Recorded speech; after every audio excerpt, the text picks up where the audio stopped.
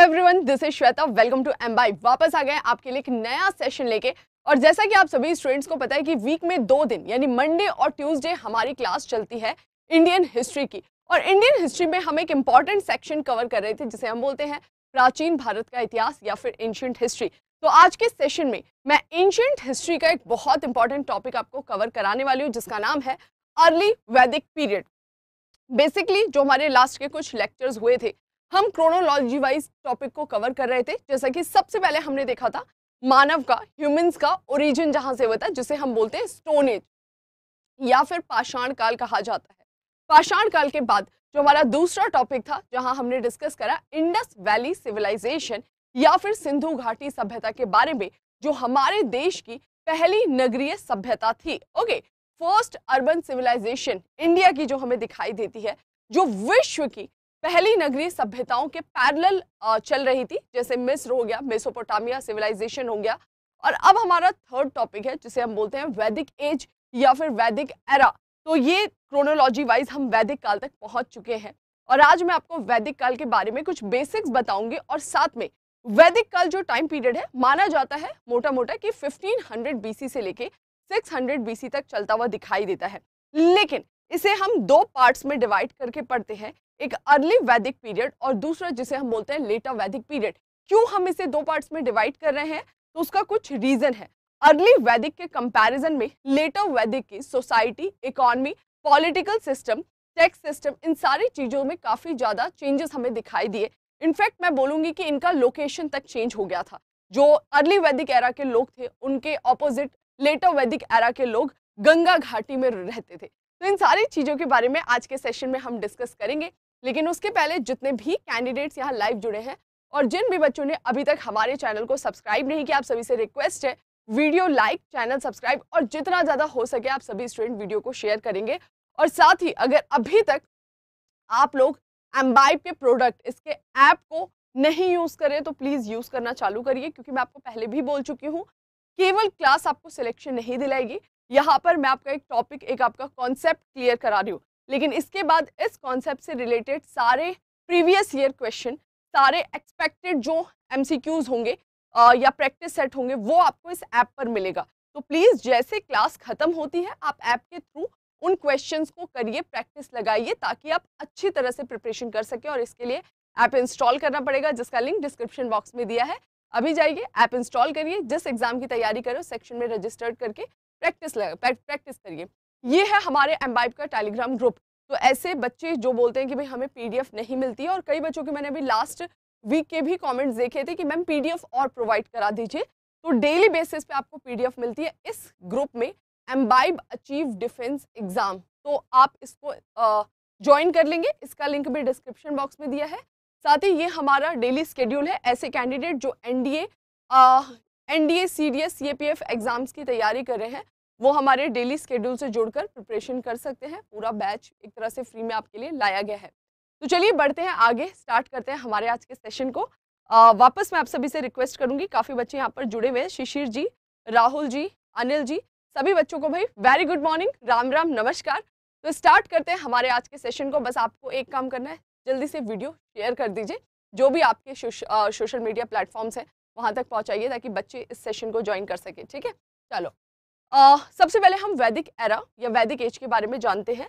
जो वैदिक एज है, इसका टाइम पीरियड कब से कब तक माना जाता है। वैदिक काल जो है, इसका अगर हम पूरा समय देखें तो हमें 1500 से लेकर 600 बीसी या 1500 टू 600 बीसी, मैंने आपको पहले भी बताया था बीसी का क्या मतलब है, बिफोर क्राइस्ट एरा, यानी कि जीरो, जहां ईसा मसीह का जन्म हुआ था।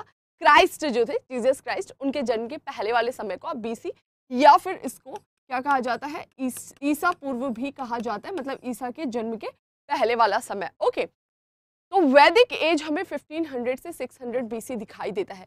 इसके पहले आपने क्या पढ़ा था, तो हमने इसके पहले पढ़ा था बच्चों इंडस वैली सिविलाइजेशन। इसका क्रोनोलॉजी हमने डिस्कस करते हुए आपको बताया था कि अप्रॉक्स 2700 से लेके 1750 बीसी तक हमें क्या दिखाई देता है, इंडस वैली सिविलाइजेशन। तो काफी सारे स्टूडेंट्स के मन में क्वेश्चन आएगा कि एक्चुअली 1750 के बाद से हमें वैदिक एज दिखाई दे रहा है 1500 पर, तो ये बीच के 250 साल किधर गए, कौन था इस 250 साल में।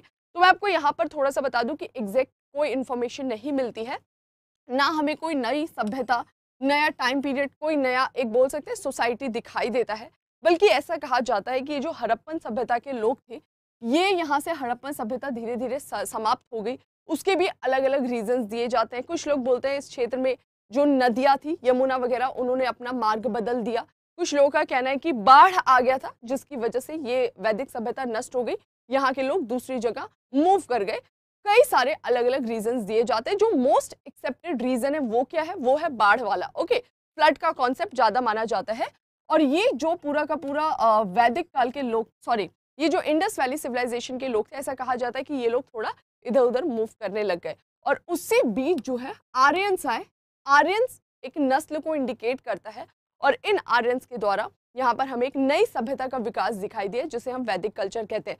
तो एग्जैक्ट हमें 250 साल के गैप का कोई एविडेंस नहीं मिलता है।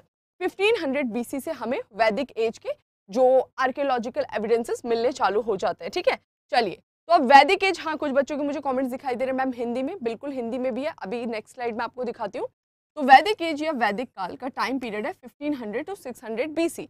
लेकिन हमने इस टाइम पीरियड को भी दो पार्ट्स में डिवाइड किया। पहला जिसको बोलते हैं अर्ली वैदिक एरा, या फिर इसको बोलते हैं हिंदी में पूर्व वैदिक काल, या फिर इसे बोलते हैं हम ऋग वैदिक काल। तो आपको ध्यान रखना है अर्ली वैदिक एरा कब से कब तक दिखाई देता है। 1500 से 1000 ईसा पूर्व के आसपास हमें अर्ली वैदिक एरा दिखाई देता है।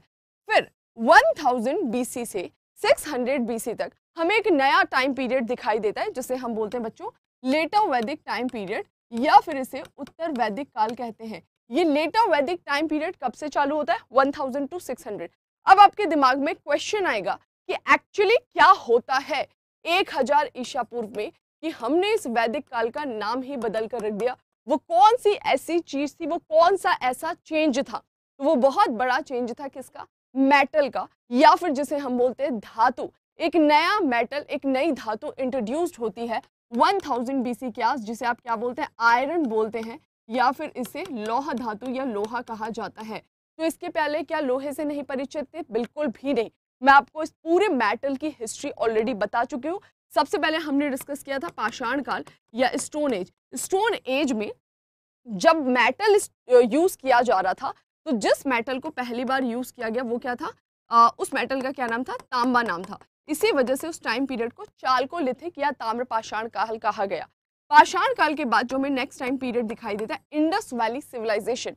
इंडस वैली सिविलाइजेशन में तांबे का प्रयोग तो कर ही रहे थे, लेकिन एक नए मेटल को बनाया गया। नेचर में डायरेक्ट नहीं अवेलेबल होता है, उसको बनाया गया। कैसे बनाया गया? तो इसी तांबे में टिन मिलाया गया और क्या बन गया, कांसा बन गया। तो इंडस वैली सिविलाइजेशन के पूरे टाइम पीरियड को ब्रॉन्ज एज या कांस्य युगीन सभ्यता भी कहा जाता है। और अब आते हैं हम वैदिक एज में या वैदिक काल में। तो एक्चुअली ये वैदिक काल में भी इन्हीं मेटल्स का यूज कर रहे थे। वैदिक काल में भी तांबा, कांसा, टिन इन्हीं का यूज किया जाता था। लेकिन जो लेटर वैदिक टाइम पीरियड है 1000 ईसा पूर्व के पास, यहाँ पर कर्नाटक और उसके आसपास के क्षेत्र से हमें क्या मिलता है, लोहे के एविडेंस मिलते हैं। यानी कि ये लोग 1000 के आसपास नए मेटल आयरन का यूज करना चालू करते हैं। तो क्या ऐसा चेंज हुआ आयरन के यूज करने से कि इसका हमने नाम ही बदल दिया? तो एक्चुअली वो जो बड़ा चेंज वो क्या था, आप इस मैप पर देख सकते हैं। अर्ली वैदिक टाइम पीरियड के लोग हमें कहाँ दिखाई देते हैं, इस रीजन में दिखाई देते हैं। इसको हम सप्त सैंधा प्रदेश या 7 नदियों का क्षेत्र कहते हैं।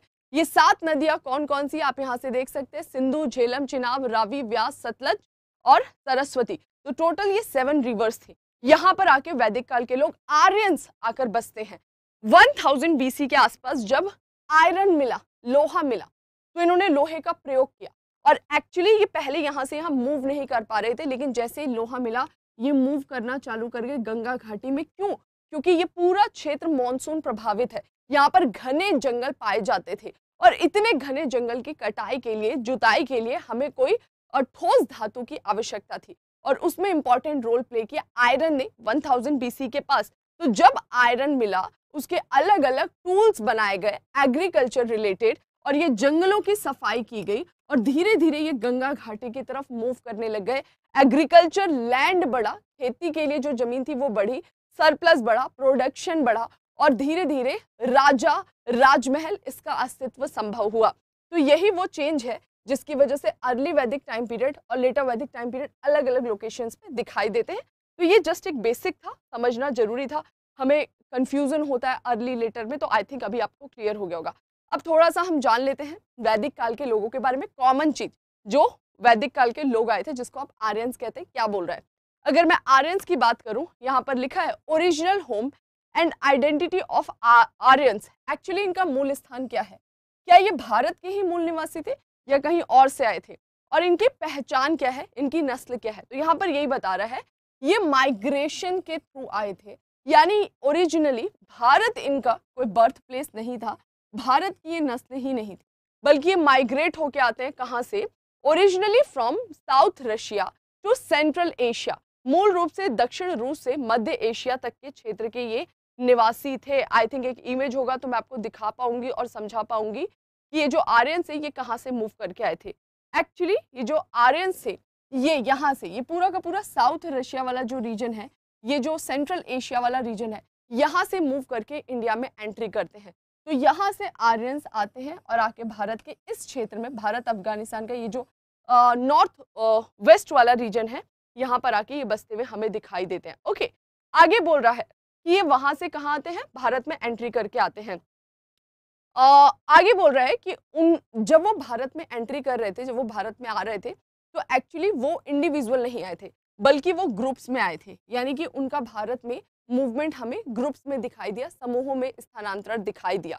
और जब ये इंडिया में एंट्री करते हैं तो जो लोकल पीपल रह रहे थे, भारत के मूल निवासी रह रहे थे, उनके साथ में इनका संघर्ष चालू हुआ, उनके साथ में इनकी लड़ाई चालू हुई। ओके, तो जो ओरिजिनल थे, जो भारत के मूल निवासी थे, जिनके साथ में आर्यंस ने आकर लड़ाई लड़ी, उनको ये क्या कहा करते थे? दास या दस्यु कहा करते थे। तो ये एक इंटरेस्टिंग फैक्ट है, आपको ध्यान रखना है। भारत के मूल निवासी जिससे आर्यंस इंडिया में एंट्री करते हुए लड़ते थे, उन्हें दास या दस्यु कहा जाता था। ठीक है, चलो आगे बढ़ जाते हैं। नेक्स्ट सेम पॉइंट यहाँ पर बोल रहा है कि मध्य एशिया से स्थानांतरित हुए बाल गंगाधर तिलक जो है, उनका भी एक अलग थ्योरी था। बाल गंगाधर तिलक जो नेशनल मूवमेंट में काफी इंपॉर्टेंट रोल प्ले करते हैं, एक्सट्रीमिस्ट एरा के लीडर माने जाते हैं।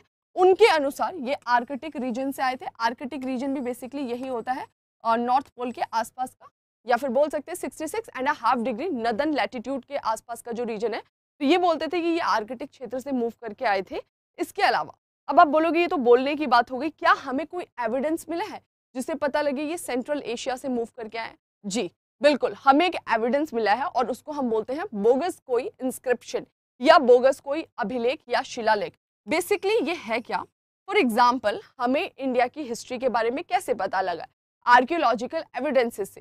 तो ऐसे ही सेंट्रल एशिया में हमें दिखाई देता है कि एक इंस्क्रिप्शन मिला है, एक शिलालेख मिला है, एक शिला जिसपे कुछ लिखा हुआ है। ठीक है, और उस शिलालेख की, उस इंस्क्रिप्शन की जब एज देखी गई, क्योंकि बहुत सारे प्रोसेस है एज देखने के लिए, कार्बन डेटिंग और अदर प्रोसेस, तो जब उसका एज देखा गया कि कितना पुराना है, तो निकल कर आया कि ये इंस्क्रिप्शन लगभग 1500 BC के आसपास का है।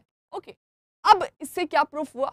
इस इंस्क्रिप्शन को जब पढ़ा गया तो इनमें काफी सारे ऐसे देवी देवता के नाम थे, जैसे कि 4 देवताओं के हमें नाम दिखाई देते हैं, यहाँ पर देख सकते हैं, इंद्र, वरुण, मित्र और नासत्य। यानी 1500 BC के सेंट्रल एशिया के बोगस कोई इंस्क्रिप्शन से हमें जो देवी देवताओं के नाम मिले, वही देवी देवता हमें 1500 के बाद भारत के इस क्षेत्र में दिखाई दिए। यानी कि ऑलरेडी वो देवी देवता कहीं पूजे जा रहे थे और वो उसके कुछ साल बाद भारत में पूजे जाने लगे। तो बहुत कॉमन सी चीज है कि सेम सोच कैसे हो सकती है, देवताओं के नाम सेम कैसे हो सकते हैं। इसका मतलब है कि वही लोग माइग्रेट करके इंडिया के नॉर्थ वेस्ट पार्ट में आए और आकर यहाँ पर सेटल हुए, क्योंकि वो उनका कल्चर था, वो उनकी पूजा कर रहे थे, तो वो उसको भी अपने साथ लेकर आए और फिर हमें वो इंडिया में भी सिमिलर दिखाई देता है।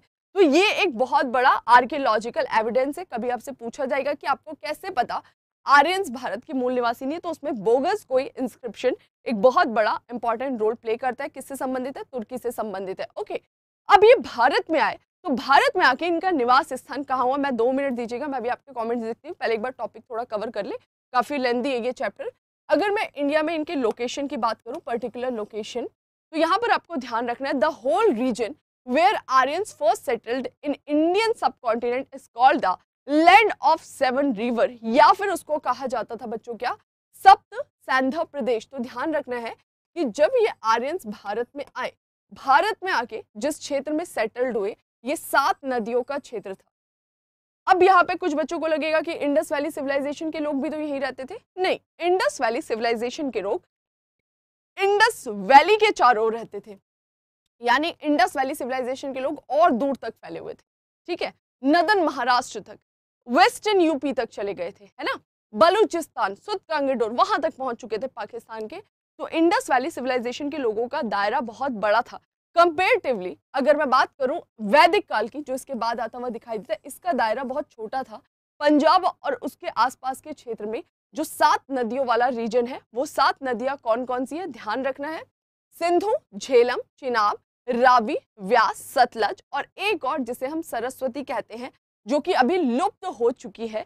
लेकिन ये 7 नदियों के क्षेत्र में ही वैदिक एज के लोग इनिशियली आकर बसे थे। यहाँ पर एक क्वेश्चन और आपका बन सकता है। पहले तो ये ध्यान रखना है सप्त सैंधा प्रदेश इनका मेन रीजन था। दूसरा आपको ध्यान रखना है कि ये जो 7 नदियां हैं, इनके बारे में जब हम पढ़ते हैं, जब हमें वैदिक काल से इंफॉर्मेशन मिलती है, तो वहां पर इनके लिए अलग नाम का प्रयोग करते थे। जैसे कि सिंधु को इंडस कहा जाता था, रावी को पुरुषिणी कहा जाता था, बियास को बिपासा कहा जाता था, झेलम वितस्ता, चेनाब अस्किनी, सतलज शतुद्री, सरस्वती। तो ये आपको सारे नाम याद रखने पड़ेंगे, एग्जाम के लिए इंपॉर्टेंट है। ठीक है, तो केवल इसका एक्चुअल नाम प्रेजेंट का नहीं, बल्कि उस समय से किस नाम से बुलाया जाता था वो भी आपको याद रखना होगा। ठीक है, आगे क्या ये यहीं पे परमानेंट सेटल थे? नहीं, 1000 BC तक हमें इनका सेटलमेंट सब सेंधा प्रदेश में दिखाई दिया। लेकिन आगे चल के जैसे आयरन इन्वेंट हुआ, ये किधर मूव कर जाते हैं, गंगा वैली की तरफ, जंगलों को साफ करने के लिए। तो ध्यान रखना है, इनिशियली ये हमें किस रीजन में दिखाई देते हैं, इनिशियली सप्त सैंधा प्रदेश में, इस क्षेत्र में। ओके, ये केवल 7 नदियों वाला क्षेत्र। यहाँ पर आप देख सकते हैं इन सभी रिवर्स के नाम भी दिए हुए हैं। ये है सिंधु, वितस्ता, अस्किनी, पुरुषिणी, बिपासा, शतुद्री, सरस्वती। तो इधर ही फैले हुए थे। ओके, और कुछ अफगानिस्तान का क्षेत्र, गोमती, कुर्रम हो गया, कुबा हो गया, सुवास्तु हो गया, इस आसपास के क्षेत्र में फैले हुए थे। आगे चल के ये यहाँ मूव कर जाएंगे 1000 BC के आसपास। ठीक है, चलो आगे बढ़ जाते हैं। नेक्स्ट क्या बोल रहा है कि इनका लाइफस्टाइल कैसा था। तो एक्चुअली हमें पता लगता है कि इनिशियली इनका लाइफस्टाइल काफी पेस्टोरल लाइफ था। पेस्टोरल लाइफ का मतलब होता है एक तरीके का बोल सकते हैं पशुपालक के रूप में, चरवाहे के रूप में जीवन जीते थे। अब आप थोड़ा सा कनेक्ट करिएगा, इंडस वैली सिविलाइजेशन के लोग कैसे थे, वो अर्बन सिविलाइजेशन थी, वो शहरी सभ्यता थी। लेकिन शहर के बाद तो और बड़ा शहर आना चाहिए, यहाँ पर ऐसा नहीं हुआ। यहाँ पर क्या हुआ, इंडस वैली सिविलाइजेशन के बाद हमें वैदिक एज दिखाई दिया लगभग 250 साल के बाद, और ये ग्रामीण सभ्यता थी, पूरी तरीके से गांव था। गांव का मतलब क्या है, शहर में आपको पक्की ईंटें मिल रही थी, व्यापार मिल रहा था, प्लान मैनर में टाउन्स बने हुए दिखाई दे रहे थे, एग्रीकल्चर सरप्लस में था। यहाँ ऐसा कुछ नहीं था, यहाँ के लोग पेस्टोरल लाइफ जी रहे थे। जब ये लोग भारत में आए तो बेसिकली ये अपने पालतू जानवर के साथ एक जगह से दूसरी जगह कॉन्टिन्यूस मूव करते हैं। जैसे आज आप चरवाहों को देखते हैं, तो जब सीजन में वहां पर उनको फूड मिल रहा है अपने जानवरों के लिए, वहां है, जैसे ही सीजन चेंज हुआ वो दूसरी जगह चले जाएंगे, जैसे ही सीजन चेंज हुआ तीसरी जगह चले जाएंगे। लेकिन ये अपने कुनबे के साथ रहते थे। 60, 70, 100 लोगों का मैक्सिमम होता था इनकी सोसाइटी, या फिर उसको एक ट्राइब कहते थे। ओके, तो ये ध्यान रखना है कि इनकी लाइफ पूरी तरह से पेस्टोरल थी, कहीं ये परमानेंट सेटल नहीं होते थे, इसी 7 नदियों वाले क्षेत्र में ही कॉन्टिन्यूस मूव करते रहते थे, इधर उधर जहां पर भी इनको चारा मिलता था अपने जानवरों के लिए। तो इंडस वैली सिविलाइजेशन जहां अर्बन सिविलाइजेशन थी, उसके ऑपोजिट वैदिक एज हमें क्या दिखाई देता है, रूरल सिविलाइजेशन के रूप में दिखाई देता है। ठीक है, यहीं पर हमें बड़े लेवल पर घोड़े का प्रयोग होते हुए दिखाई दिया। इंडस वैली सिविलाइजेशन के लोग घोड़े को जानते थे, क्योंकि हमें वहां से भी घोड़े के एविडेंसेस मिले, लेकिन actually day to day life में घोड़े का बहुत यूज नहीं था। जब आर्यंस आए तो आर्यंस अपने साथ घोड़े का प्रयोग करने की व्यवस्था भी लेकर आए, यानी कि ये लोग घोड़े का प्रयोग करते थे युद्ध में, या फिर बोल सकते हैं नॉर्मल भी अपने मनोरंजन के लिए भी घोड़े का प्रयोग करते थे। तो यहाँ से बड़े लेवल पर हमें घोड़े के एविडेंसेस मिले। 60,000 हॉर्स बोन्स वर फाउंड, लगभग 60,000 के आसपास हमें घोड़ों की अस्थियां मिली, यानी बड़े लेवल पर इसका प्रयोग किया जा रहा था। अब क्या ये लोग पूरी तरह से पेस्टोरल लाइफ जी रहे थे? तो इनको एग्रीकल्चर करने नहीं आता था, इनको खेती नहीं आती थी, बिल्कुल इनको खेती आती थी। लेकिन उसके बावजूद ऐसा नहीं है कि ये खेती करना नहीं जानते थे, ये खेती करना जानते थे, लेकिन खेती या कृषि इनका द्वितीयक व्यवसाय था। जिस अनाज की इन्हें जरूरत थी थोड़ा बहुत उगा लेते थे कि वो 1.5-2 महीने में पैदा हो जाए और उसका वो प्रयोग कर सके। बाकी प्रॉपर प्लान्ड मैनर में कोई एग्रीकल्चर हमें नहीं दिखाई देता है। एग्रीकल्चर जानते थे लेकिन फिर भी उसका बहुत ज़्यादा यूज़ नहीं करते थे, आवश्यकता के लिए बस उपजाते थे। बाकी पूरी तरह ये डेयरी प्रोडक्ट पर डिपेंड थे, यानी जो भी इनको एनिमल से दूध से प्रोडक्ट मिलता था उसी का वो यूज़ करके सरवाइव करते थे। इसीलिए इस टाइम पीरियड में जानवरों का महत्व बढ़ा, गाय का महत्व बढ़ा। जो गौ माता का कॉन्सेप्ट है वो वैदिक एज से ही हमें दिखाई दिया, क्योंकि उन्हीं के मिल्क प्रोडक्ट का यूज करके लाइफ जी रहे थे। और क्या था, इस समय हमें मेल डोमिनेंट सोसाइटी दिखाई दी, यानी इंडस वैली सिविलाइजेशन तक एक तरह से इक्वालिटी थी, लेकिन वैदिक एज में धीरे धीरे समाज में पुरुषों का वर्चस्व बढ़ता गया, यानी कि जो मेल थे उन्होंने डोमिनेंस कर लिया अपना सोसाइटी में। ओके, इसके अलावा not much knowledge of weapons possibly, मतलब बहुत ज़्यादा इनको हथियार के बारे में नहीं पता था। हथियार का प्रयोग जो है हमें दिखाई देता है कि जो आर्यंस है वो हथियार का प्रयोग तो करते हैं, लेकिन बहुत डिफरेंट टाइप के टूल्स का ये यूज़ नहीं करते थे। नॉर्मल टूल्स का ही ये लोग प्रयोग करते थे, और जनरली ये कुछ टूल्स थे जिनका ये प्रयोग किया करते थे। ठीक है, चलो आगे बढ़ जाते हैं। नेक्स्ट पॉइंट क्या बोल रहा है, यहाँ पर ये देख सकते हो इनकी पेस्टोरल लाइफ ऐसी थी। तो कोई इमेजिन मत करना कि वैदिक एज का मतलब है बहुत बड़ा बड़ा महल हो या राजा महाराजा, कुछ भी नहीं। अर्ली वैदिक एज की लाइफस्टाइल इनकी ये थी। एक छोटी सी सोसाइटी होती थी, 50 से 100 लोग उसमें होते थे, और इस तरह अपने मवेशियों को लेकर, जानवरों को लेकर एक जगह से दूसरी जगह कॉन्टिन्यूस मूव करते थे। कोई हमें परमानेंट सेटलमेंट नहीं दिखाई देता है, और अभी मैं इसके बारे में और बताऊंगी, थोड़ा सा पेशेंस रखिए। चलो नेक्स्ट क्या बोल रहा है, अर्ली वैदिक पीरियड। अब हम स्पेसिफिक अर्ली वैदिक पीरियड के बारे में वन बाय वन सारे पॉइंट्स कवर करेंगे। इनका ज्योग्राफिकल एक्सटेंट कहाँ था, इनकी सोसाइटी, इनका इकोनॉमी, इनका पॉलिटिकल सिस्टम, सब देखेंगे। सबसे पहले ज्योग्राफिकल एरिया, भौगोलिक क्षेत्र। तो ये मैं आपको पहले भी बता चुकी हूँ, सेम चीज लिखा है कि बेसिकली इनका फैलाव हमें कहाँ दिखाई देता है। The earliest Aryan lived in eastern Afghanistan, north west frontier province Punjab and the fringes of western UP. तो बेसिकली इनका बसाव हमें पूर्वी अफगानिस्तान के कुछ क्षेत्र हो गए, पंजाब, भारत का जो पंजाब वाला सप्तसेंधा वाला क्षेत्र हो गया वो हो गया, वेस्टर्न यूपी के भी कुछ पार्ट्स में दिखाई देते हैं। तो ये कुछ ऐसा रीजन है जहाँ पर इनका हमें बसाव दिखाई देता है।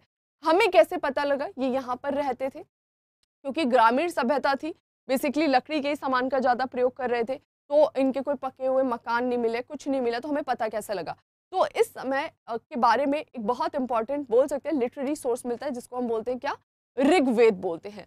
और ऋग्वेद में जो चीजें लिखी गई हैं, हमने पूरा नहीं माना है, लेकिन क्योंकि ऋग्वेद उस समय की बात करता है, और अगर वो कोई रिवर की बात कर रहा है, कोई माउंटेन की बात कर रहा है, कोई लोकेशन की बात कर रहा है, तो वो तो एक जगह स्टेबल है ना।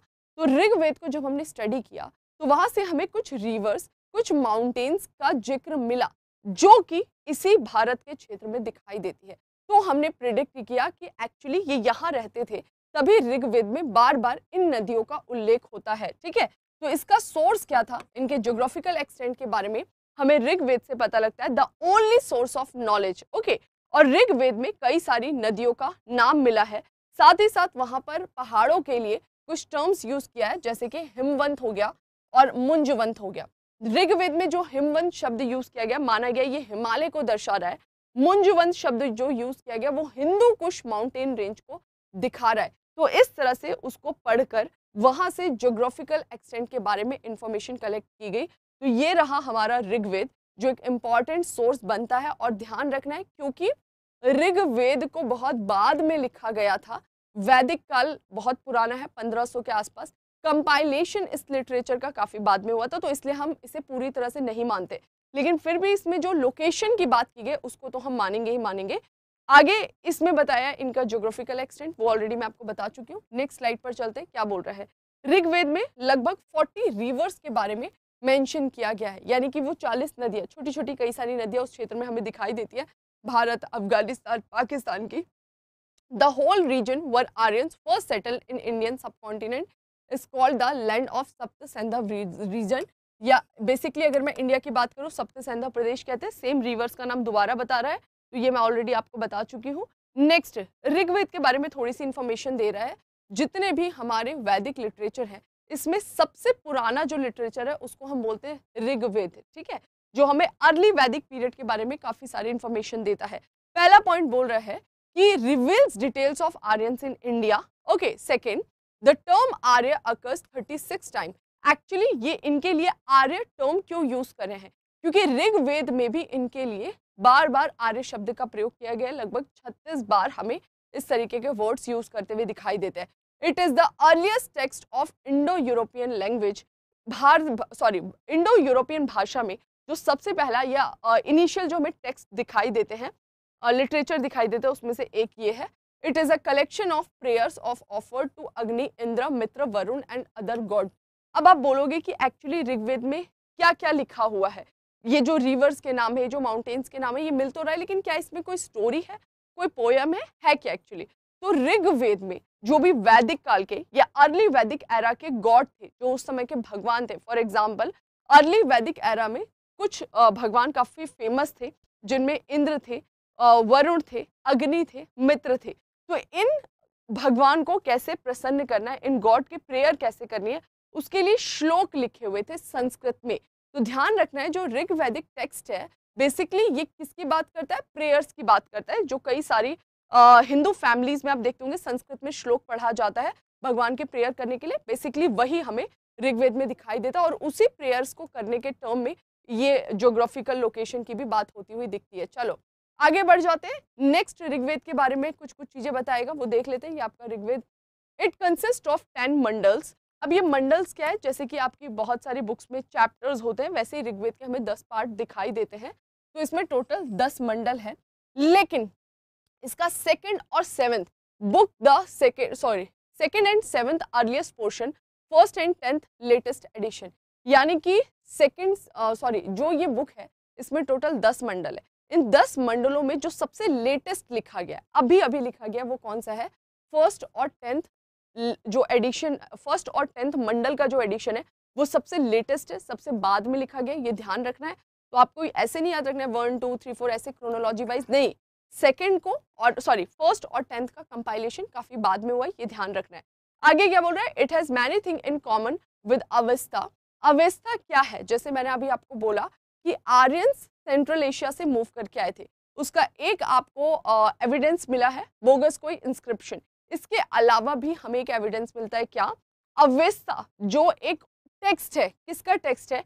ईरान का। तो ईरानियन लैंग्वेज में एक टेक्स्ट मिलता है, वहाँ के गॉड के बारे में बताता है, जिसे हम बोलते हैं जिंदावेस्ता, अवेस्ता। तो वहाँ पर जो चीजें लिखी गई हैं उसे काफी ज्यादा सिमिलैरिटी रखता है हमारा ये अर्ली वैदिक टेक्स्ट जिसको आप बोलते हैं ऋग्वेद। तो ये भी एक एविडेंस है कि वहाँ के टेक्स्ट से कैसे ये सिमिलैरिटी रखता है, क्योंकि कहीं ना कहीं ये लोग वहीं से तो मूव करके आए हैं। तो ये एक दूसरा आपका आर्कियोलॉजिकल एविडेंस हो गया। नेक्स्ट यहाँ पर बोल रहा है कि ऋग्वेद में एक भगवान का बहुत बार जिक्र किया गया, गॉड का, जिसको बोलते हैं इंद्र। इनफैक्ट इनके लिए लगभग 250 श्लोक तक लिखे गए हैं ऋग्वेद में। तो इंद्र को ऋग्वेद में पुरंदर कहा जाता था। पुरंदर मीन्स कि एक ऐसा गॉड जो कि किलों को तोड़ता हो, मतलब जो भी गलत लोग करते हैं उनके महल को तोड़ देना, इस टाइप का। तो इनके लिए एक टर्म यूज किया जाता था जिसे पुरंदर कहते थे। इसके अलावा दे succeeded everywhere because they possessed chariots driven by horses. बोला जाता है कि जो आर्यंस है या जो ये इंद्र है, ये हर जगह जीत जाते थे। उसका रीजन क्या था? कि इनके द्वारा घोड़े का प्रयोग किया जाता था, also equipped with quotes of male, जिसको हम वर्ना कहते थे, एंड बेटर आर्म्स। ऐसा कहा जाता है कि आर्यंस आए थे, इनका भारत के जो मूल निवासी थे इंडस वैली सिविलाइजेशन के लोगों के साथ टकराव हुआ और ये वॉर में जीत भी जाते थे। उसका एक रीजन था कि इनके पास बहुत स्पीड में चलने वाले घोड़े थे और ये अपने आप को प्रोटेक्ट करने के लिए कोट्स ऑफ मेल या फिर वर्मन कहा जाता। वर्मन बेसिकली आपने देखा होगा महाभारत रामायण वगैरह में युद्ध होते हुए ऐसे पूरा सुरक्षा कवच पहनते थे अपने आप को आगे से सेव करने के लिए। तो इजीली आप वॉर लड़ते हो, आप जल्दी से आपको कोई टारगेट नहीं कर पाता है। और इनके पास बैटर जो है आर्म्स वगैरह होते थे, उसका भी ये यूज करते थे। नेक्स्ट बढ़ते हैं आगे, क्या बोल रहा है देखते हैं। यहाँ पे कुछ आई थिंक इमेज आने वाली है। ओके, ये है इंद्रदेव जिनकी इमेज दिखाई दे रही है। इसका बहुत बार जिक्र किया गया ऋग्वैदिक टेक्स्ट में। आगे बोल रहा है ये 2 प्रकार के संघर्ष में लगे रहे, यानी जब ये अर्ली वैदिक एरा के लोग जो हमें दिखाई देते हैं ये इंडिया में आए, तो हमें दिखाई देता है कि इनके 2 टाइप के वॉर हुआ करते थे, जिसके बारे में ऋग्वेद में बताया गया। वो दो टाइप के वॉर क्या थे? बेसिकली ये खुद भी एक बार में नहीं आए थे, टुकड़ों में आए थे। यानी कभी एक ट्राइब आ गया, कभी दूसरा ट्राइब आ गया, इस तरह ग्रुप्स में आते थे और ट्राइब में मैक्सिमम लोग 50 टू 80 होते थे। तो ये जब इंडिया में मूव कर रहे थे तो ये आपस में भी भिड़ते थे। ओके, तो ये लोग दो ट्राइब आपस में भी लड़ती थी, प्लस इनकी लड़ाई यहाँ भारत के जो मूल निवासी थे, जिन्हें ये दास या दस्यु कहते थे, उनसे भी होता था। तो अगर आपसे पूछा जाता है कि अर्ली वैदिक एरा के लोगों का संघर्ष किसके साथ होता है, तो दोनों ही प्रकार के इनके वॉर्स होते थे। एक जिसे बोलता था प्री आर्यन, मतलब कि जो आर्यन से पहले भारत में रहते थे, उनके साथ में इनकी लड़ाई होती थी, भारत के मूल निवासी। और दूसरा आर्यंस। तो आर्यंस अलग अलग ग्रुप में आए, तो ये आपस में भी एक आर्यन का कबीला दूसरे आर्यन कबीले से लड़ाई लड़ता था। और इस तरह से हम मानते हैं कि 5 आर्यन कबीले काफी फेमस थे, जिसमें से 2 आर्यन कबीलों के बारे में जिक्र मिलता है। The Bharat and Tritsu were the ruling Aryan clan, यानी कि कई सारे आर्यंस के ट्राइबल ग्रुप आए, लेकिन इनमें से जिन लोगों ने रूल किया था वो कौन से थे? भरत एक ग्रुप है, इसी के नाम पे आगे भारत जो कॉन्सेप्ट है वो यहीं से निकला हुआ है, देश का नाम। तो ये जो भारत है ये एक आर्यन क्लैन बोल सकते हैं, ग्रुप बोल सकते हैं। तृत्सु भी एक आर्यन कबीला था, और ये 2 ऐसे कबीले हुए आर्यंस के जिन्होंने रूल किया था। ओके, इनको रूलिंग क्लैन कहा जाता है, सपोर्टेड बाय पृष्ठ और वशिष्ठा, वशिष्ठ। और इनको सपोर्ट कौन करता था भारत में, या फिर बोल सकते हैं कि रूल करने में इनको सपोर्ट क्या करते थे, जो भी उस समय के बोल सकते हैं पुरोहित होते थे। तो ये ट्राइबल्स थे, जब ये इंडिया में मूव करके आ रहे थे तो इनको भारत में वो जगह देना, भारत में ठहराना कि ये रूल करने लायक है, उसके लिए जो पुजारी होते थे उनका बहुत इंपॉर्टेंट रोल होता था। लेकिन कभी भी रूल वगैरह में ये मत समझना कि बेसिकली ये लोग जो रूल कर रहे हैं प्रॉपर राजा महाराजा महल, ऐसा कुछ नहीं था। ये कबीले थे, आते थे, लड़ते थे, एक जगह पे बसते थे, और बेसिकली इनके वॉर का रीजन होता था गाय चुरा लेना दूसरे की, या इस तरीके की चीजें थी, क्योंकि उस समय जानवर का इंपॉर्टेंस था, लैंड का कोई इंपॉर्टेंस नहीं था, तो लैंड के लिए कोई लड़ाई होती नहीं थी। ठीक है, अब प्री आर्यन एरा के जो लोग थे, या अर्ली वैदिक एरा के जो लोग थे, इनका मटेरियल लाइफ क्या था, भौतिक जीवन क्या था? अगर मैं इनके भौतिक जीवन की बात करूं, मतलब इनके आसपास कौन कौन सी वस्तुएं दिखाई देती हैं, तो यहाँ पर थोड़ा सा ध्यान रखना है। Success in wars was possibly due to horses, chariots, bronze arms. तो इनके द्वारा कांसे के हथियारों का प्रयोग कर रहे थे, अच्छे अच्छे इनके पास रथ थे। रथ मतलब घोड़े में जो बग्गी लगाकर बनाया जाता था, तो उससे इनकी स्पीड बढ़ जाती थी। तो ये इनकी मटेरियलिस्टिक लाइफ स्टाइल थी। एक चीज और हमें ध्यान रखना है कि इंडस वैली सिविलाइजेशन में जो व्हील थी वो चक्के के तरीके से यूज हो रही थी, यानी कि व्हील क्या था, एक चक्का था। लेकिन यहाँ पर पहली बार हमें स्पोक्ड व्हील्स दिखाई दी, यानी कि खाली बाहर का सर्कल हमें दिखता था, और उसको सपोर्ट देने के लिए इस तरह से तिल्लियां लगाई जाती थी, जिसको हम स्पोक्ड व्हील कहते हैं। तो वो पहली बार आर्यन सी इंट्रोड्यूस करते हैं, और इसका बेनिफिट क्या मिला, इनकी स्पीड बढ़ी, यानी रथ और तेज दौड़ेंगे, क्योंकि पहिया अब हल्का हो चुका है, और इसको सपोर्ट देने के लिए तिल्लियां लगा दी गई है।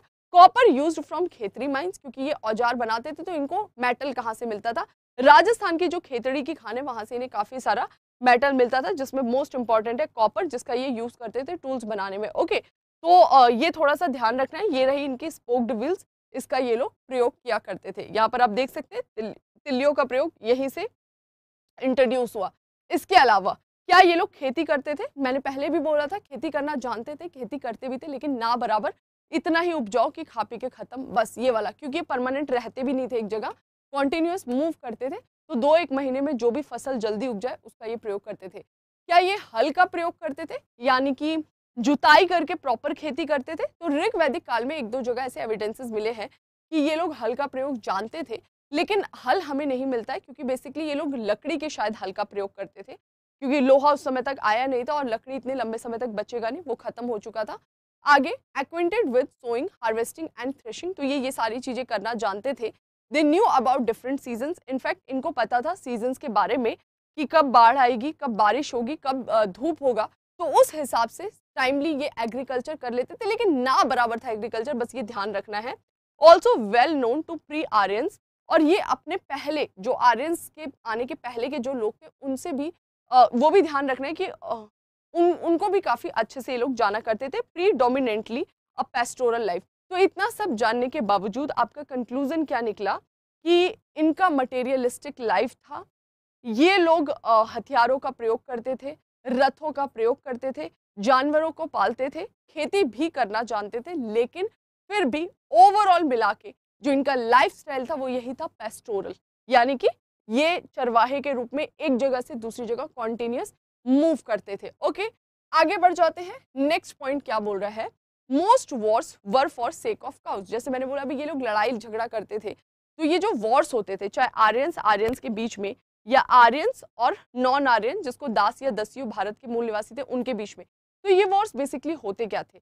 बेसिकली क्या होता था कि 50-60 लोगों का कुनबा होता था और वो कुनबा दूसरी जगह जाकर उसमें से, अब ये भी ध्यान रखना है कि इनका कोई महल नहीं था, कोई ऐसा प्रॉपर राजा या टैक्स या आर्मी, ये कोई व्यवस्था नहीं थी। बस क्या होता था, एक किंग है, इसको उस सोसाइटी के जो 50 लोग हैं या 100 लोग हैं उन्होंने मिलकर बोल दिया कि ये पावरफुल है, तो इसको हम एज अ किंग जो है पोस्ट दे रहे हैं। ये किंग भी बाकी जैसा ही रहता था, इसमें कोई अंतर नहीं था, कोई इसका महल नहीं था। ठीक है, अब होता क्या था कि ये सब आम व्यक्ति जैसे रहते थे एक सोसाइटी में। जब इन्हें लड़ाई लड़नी होती थी तो किंग जो है वो जो कुछ इसमें से कुछ लोगों को अपॉइंट किया जाता था कि आप एज अ सेना काम करेंगे। वो सेना को भी कोई सैलरी नहीं थी, कोई परमानेंट स्टैंडिंग आर्मी नहीं थी, कोई टैक्सेशन सिस्टम नहीं था, क्योंकि टैक्स कब लोग है जब लोगों के पास सरप्लस में कुछ चीजें होंगी। इनके पास कुछ था ही नहीं, ना ये प्रोडक्शन कर रहे थे, एग्रीकल्चर था नहीं, कुल मिला के गाय भैंस पालते थे, उनसे थोड़ा बहुत जो डेयरी प्रोडक्ट मिलता था उनसे उनका लाइफ सर्वाइव हो रहा था। तो टैक्स सिस्टम था नहीं। जब टैक्स नहीं है तो राजा परमानेंट आर्मी कैसे रखेगा? तो राजा ने कोई परमानेंट स्टैंडिंग आर्मी नहीं रखी थी, बस लोगों को बोल दिया था कि तुम एज अ आर्मी काम करोगे जब हमें वॉर लड़ने जाना होगा। बाकी टाइम सब पशुपालक के रूप में जीवन व्यतीत करते थे। ओके, तो जब भी इन्हें वॉर लड़ना होता था, वो जो राजा के पद पर होता था और बाकी आर्मी के 2-4 लोग होते थे, वो लोग जाते थे दूसरे कबीले पर हमला करते थे। और वो हमला किस लिए होता था? क्या जमीन? नहीं, आगे के वॉर्स हमें पूरे इंडिया में जमीन के लिए, लैंड के लिए दिखाई देंगे, या फिर आज भी हमें जो डिस्प्यूट दिखाई देता है पाकिस्तान चाइना, वो लैंड के लिए। लेकिन इस समय लैंड का कोई इंपॉर्टेंस था ही नहीं इंडिया में, इनका पेस्टोरल लाइफ था। तो ये लोग एक जगह से दूसरी जगह मूव करते थे, जमीन से कोई मतलब ही नहीं। कभी भी ये नहीं बोला गया कि राजा इस क्षेत्र का राजा है, बल्कि ये बोला जाता था कि ये जो राजा है ये इस कबीले का राजा है। राजा या किंग जो था उसका अस्तित्व उस कबीले से था, जहां वो कबीला खड़ा वहां वो उसका राजा कहलाएगा। समझ में आ गया? तो ये सारी लड़ाइयां लैंड के लिए होती ही नहीं थी। अर्ली वैदिक एरा में जो भी लड़ाई होती थी वो घोड़ों के लिए, मतलब गए उससे लड़ाई लड़ी, उसके 4-5 घोड़े चुरा कर ले आए, इसी तरह लड़ाई लड़ी, उसके जानवर मवेशी खोल कर ले आए। तो ये इस तरह की लड़ाइयां हुआ करती थी अर्ली वैदिक एरा में। यही बोल रहा है कि उस समय के मैक्सिमम जो वॉर्स थे वो गाय के लिए होते थे, क्योंकि गाय का इंपॉर्टेंस था। आप समझ रहे हैं, गाय ही उनके लिए फूड है, उससे जो डेयरी प्रोडक्ट मिल रहा है वही उनके लिए फूड है। आप समझ गए? तो ये युद्ध गाय के लिए होते थे, लैंड वैंड का कोई इस समय महत्व नहीं था। इसी वजह से गाय उनके लिए बहुत महत्वपूर्ण थी। तो जब भी ये लोग वॉर लड़ने जाते थे, वॉर के लिए ये टर्म यूज करते थे, उसको बोलते थे गविष्टि। गविष्टि का मतलब है कि चलो युद्ध लड़ते हैं, और गविष्टि का मतलब होता है कि गाय की खोज के लिए, गाय के लिए हम युद्ध लड़ते हैं। तो ध्यान रखना है, ये लोग वॉर लड़ने जाते थे तो इस तरीके का टर्म यूज करते थे, गविष्टि। ठीक है। गिफ्ट टू प्रीस्ट, गायों का महत्व इतना ज्यादा था कि जो ब्राह्मणों को दान देते थे, ये लोग जो पुजारी होते थे उनको दान देते थे, वो गौदान देते थे। इनफैक्ट आज भी आप इंडियन सोसाइटी में गौदान देखते हैं, एक्चुअली इसका ओरिजिन यहीं से हमें दिखाई देता है। अब गाय का दान क्यों दे रहे हैं? क्योंकि गाय उनको एक प्रोडक्ट दे रहा है, तो उसका महत्व है। आगे चल के आप देखेंगे कि ब्राह्मणों को भूदान दिया जाएगा, यानी लैंड दिया जाएगा, क्योंकि आगे एग्रीकल्चर का इंपॉर्टेंस बढ़ा, लैंड का इंपॉर्टेंस बढ़ा, तो लैंड दान में दिया जाएगा। लेकिन इनिशियली गौदान दिया जाता था। अब आपको लगता होगा कि आज क्यों देते, तो वहां से हमारे कल्चर में आ चुका है। ठीक है। इसके अलावा जो पुजारी होते थे उनको वुमेन स्लेव्स भी दी जाती थी, यानी कि कई सारी महिलाएं दी जाती थी दास के रूप में, और वो उनकी सेवा वगैरह किया करती थी। ठीक है। अदर ऑक्यूपेशन, इसके अलावा भी क्या वो काम करते थे? बेसिकली एग्रीकल्चर ना बराबर था, पेस्टोरल लाइफ था, लेकिन इसके अलावा भी ये कुछ कुछ करते थे, जैसे कि चैरियट मेकर्स जो रथ का निर्माण करते थे, कुछ लोग वीवर्स थे, लेदर वर्क, पोटर्स, यानी ये सब काम करते थे, छोटे मोटे जरूरत की चीजें बनाते थे, काम काम भर का। कुल मिला के इनका जो स्ट्रक्चर था वो कैसा था? रूरल स्ट्रक्चर था, यानी कि ग्रामीण समाज हमें इस समय दिखाई देता है। ठीक है। तो गायों का इंपॉर्टेंस बहुत ज्यादा था, ये ध्यान रखना है। चलो आगे बढ़ जाते हैं। नेक्स्ट, क्या ये लोग व्यापार करना जानते थे? बिल्कुल। ये लोग व्यापार करते थे लेकिन वो कोई नियमित ट्रेड नहीं था। जैसे इंडस वैली सिविलाइजेशन में प्रॉपर ट्रेड था। प्रॉपर ट्रेड होगा वो कैसे पता लगेगा? आपके पास एक बेसिक यूनिट होगी नाप तौल की, 1 किलो 2 किलो है नहीं है, आपके पास कोई सील होगी जिससे आप अपने जो भी आप ट्रेड कर रहे हैं उसको आप सिक्योर कर सके। तो एक्चुअली ये लोग ट्रेड तो देखो हर समय होता है भाई। ट्रेड का मतलब क्या है कि एक व्यक्ति है वो कुछ उसके घर में दूध ज्यादा पैदा हो रहा है, दूसरा है उसने थोड़ा अनाज पैदा कर लिया, तो व्यापार करते हैं लेकिन लोकल लेवल पर कैसे? बार्टर सिस्टम से। बार्टर सिस्टम मतलब वस्तु विनिमय प्रणाली। तो कोई नियमित व्यापार नहीं होता था। जिसको जो सामान की जरूरत होती थी आपस में अदला बदली कर लेते थे, ये हमें दिखाई देता है। इसके अलावा समुद्र denotes a collection of water. कई बार ऋग्वेद में एक वर्ड यूज किया है जिसको बोलते हैं समुद्र। तो जब समुद्र वर्ड यूज किया जाता है तो कई बार ऐसे हिस्टोरियंस बोलते हैं कि ये समुद्र वर्ड यूज करने का मतलब क्या ये ओशन का यूज करते थे ट्रेड करने के लिए? तो एक्चुअली अर्ली वैदिक एरा में टेक्स्ट में जो समुद्र वर्ड है उसको किस कंटेक्स्ट में यूज किया गया ये ध्यान रखना है। पानी का ढेर या पानी का जो जमाव या इकट्ठा पानी जो होता था उसको ये समुद्र कहा करते थे। तो यहाँ पर समुद्र इनके इंटरनेशनल ट्रेड को बिल्कुल भी इंडिकेट नहीं करता है। लोकल ट्रेड होता था, वो भी कोई रेगुलर बेस पे नहीं, आवश्यकता के अनुसार होता था। ठीक है, इनका लाइफस्टाइल कैसा था? कोई सिटी लाइफस्टाइल नहीं था। बेसिकली झुग्गी झोपड़ी बनाकर ये लोग रहते थे, एक जगह पर रहे, फिर थोड़े दिन बाद मौसम चेंज हुआ दूसरी जगह चले गए, ये वाला लाइफस्टाइल था। Also familiar with caves in the mountains. कई बार ये पहाड़ों में भी इस तरह से शरण लिया करते थे, केव्स में भी रहा करते थे। नेक्स्ट स्लाइड पर जाते हैं। अगला स्लाइड क्या बोल रहा है? क्या ये लोग आयरन के बारे में परिचित थे? जैसा कहा जाता है कि जो वैदिक होते हैं इनको आयरन के बारे में पता था, तो बिल्कुल पता था, लेकिन अर्ली वैदिक टाइम पीरियड में इन्हें लोहे के बारे में कोई ज्ञान नहीं था। और इसका ये भी एक रीजन था जिसकी वजह से ये एग्रीकल्चर सरप्लस में नहीं कर रहे थे। तो इनको आयरन के बारे में कुछ भी नहीं पता था, उसका प्रयोग करना नहीं जानते थे। Cattle bones were found at all sides. हमें सभी स्थलों से, यानी जहां पे भी ये रहते थे, बड़े लेवल पर मवेशियों की हड्डियां मिली है, जानवरों की हड्डी मिली है, और साथ साथ में घोड़ों की हड्डियां मिलती है। और उसका एक बहुत बड़ा एविडेंस हमें कहाँ से मिलता है? हरियाणा के भगवानपुरा में मिलता है। तो ये बेसिक चीजें फैक्चुअल एग्जाम के लिए ध्यान रखना है। अब मोस्ट इंपॉर्टेंट, जब आप इमेजिन करते हैं आर्यंस को तो आपको लगता है बड़े बड़े महल होंगे, लड़ाइयाँ होती होंगी, सेना होती होगी। तो अब देख लो थोड़ा सा इनका ट्राइबल पॉलिटी, जनजातीय राज व्यवस्था। बेसिकली इनकी पॉलिटी क्या थी, राजा महाराजा क्या थे, देख लेते हैं। The tribal chief was called Rajan. भाई इनका 50 से 100 लोगों से ज्यादा का ग्रुप होता ही नहीं था। एक ट्राइब है, इतने लोग हैं, ठीक है। और ये लोग आपस में सहमति से किसी को क्या बना लेते थे? राजन बना लेते थे कि ये पावरफुल है। तो जो भी इस ट्राइब का मुखिया होता था, हेड होता था, उसको राजन कहा जाता था। और ये जनरली हेरिडिटरी दिखाई देता था, लेकिन हेरिडिटरी पर भी ये कंसीडर करते थे कि पावरफुल हो, जो भी राजा बने वो पावरफुल हो, फिजिकली ज्यादा पावरफुल दिखाई दे। Did not have unlimited powers and was also elected by समिति ट्राइबल असेंबली। यहाँ पर बोल रहे हैं कि राजा के पास अनलिमिटेड पावर नहीं थी। ऐसा आज के राजा जैसे इमेजिन मत कर लेना जो बात के होंगे कि कुछ जो करना चाहे, नहीं।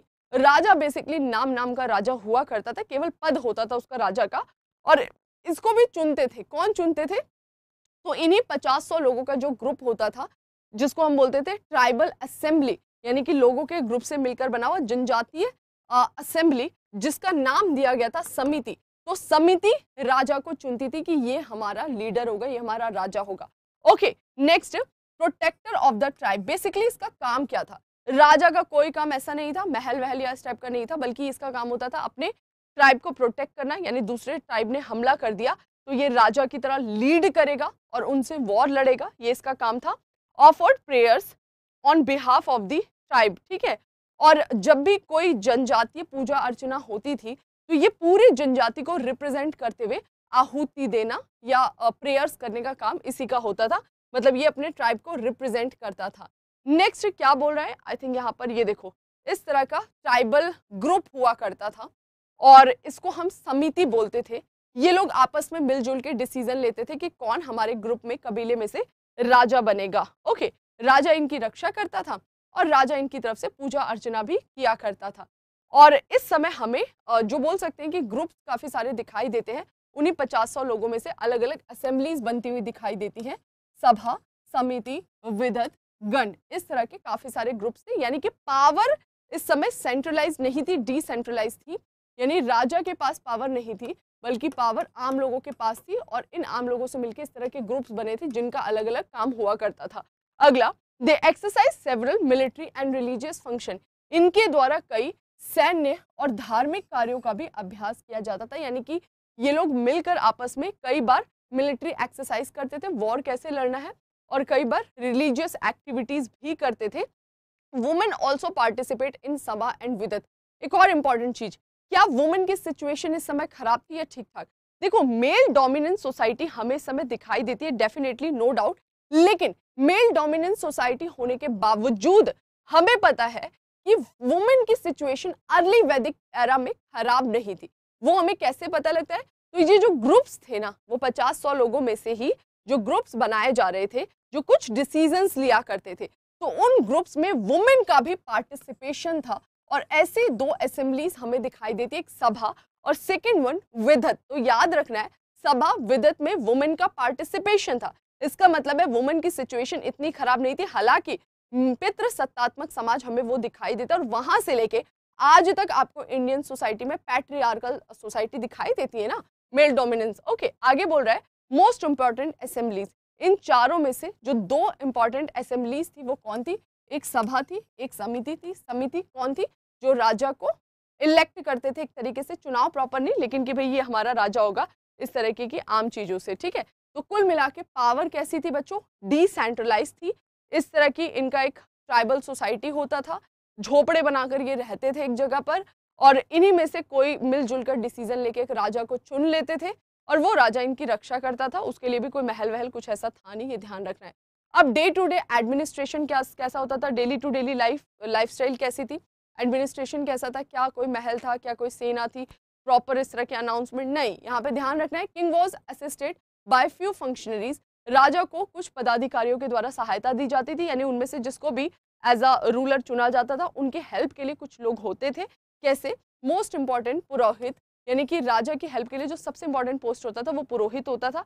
कोई महल नहीं था, ये बार बार मैं बोल रही हूँ, तो ध्यान रखना है। पुरोहित अपने घर पे रहते थे, बस उनकी हेल्प करते थे अपने स्तर पे। कैसे?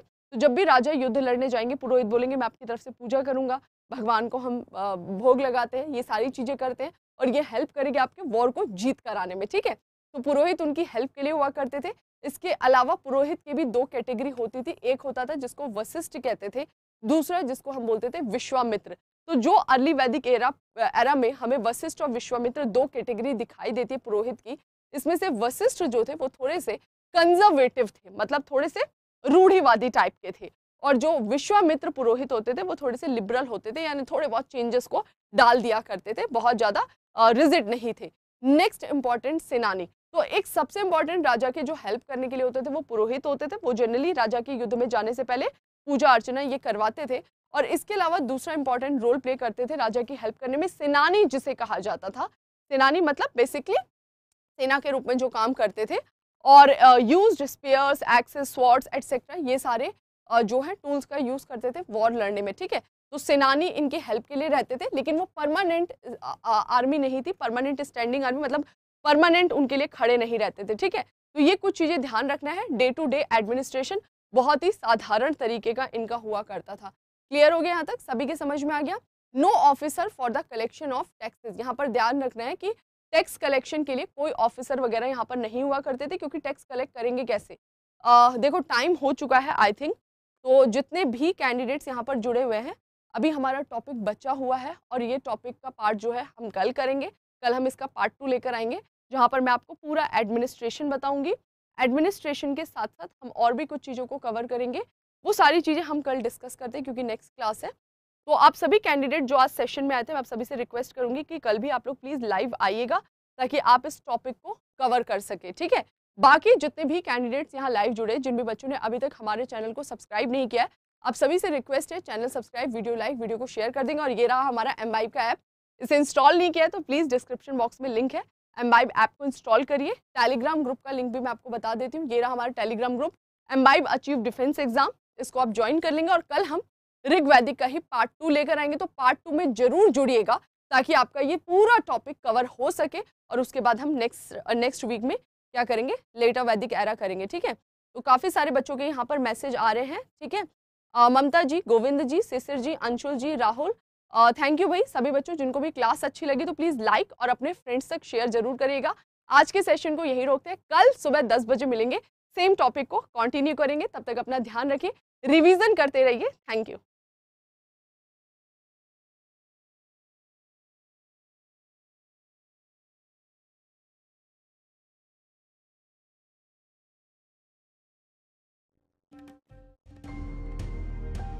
Keep imbibing.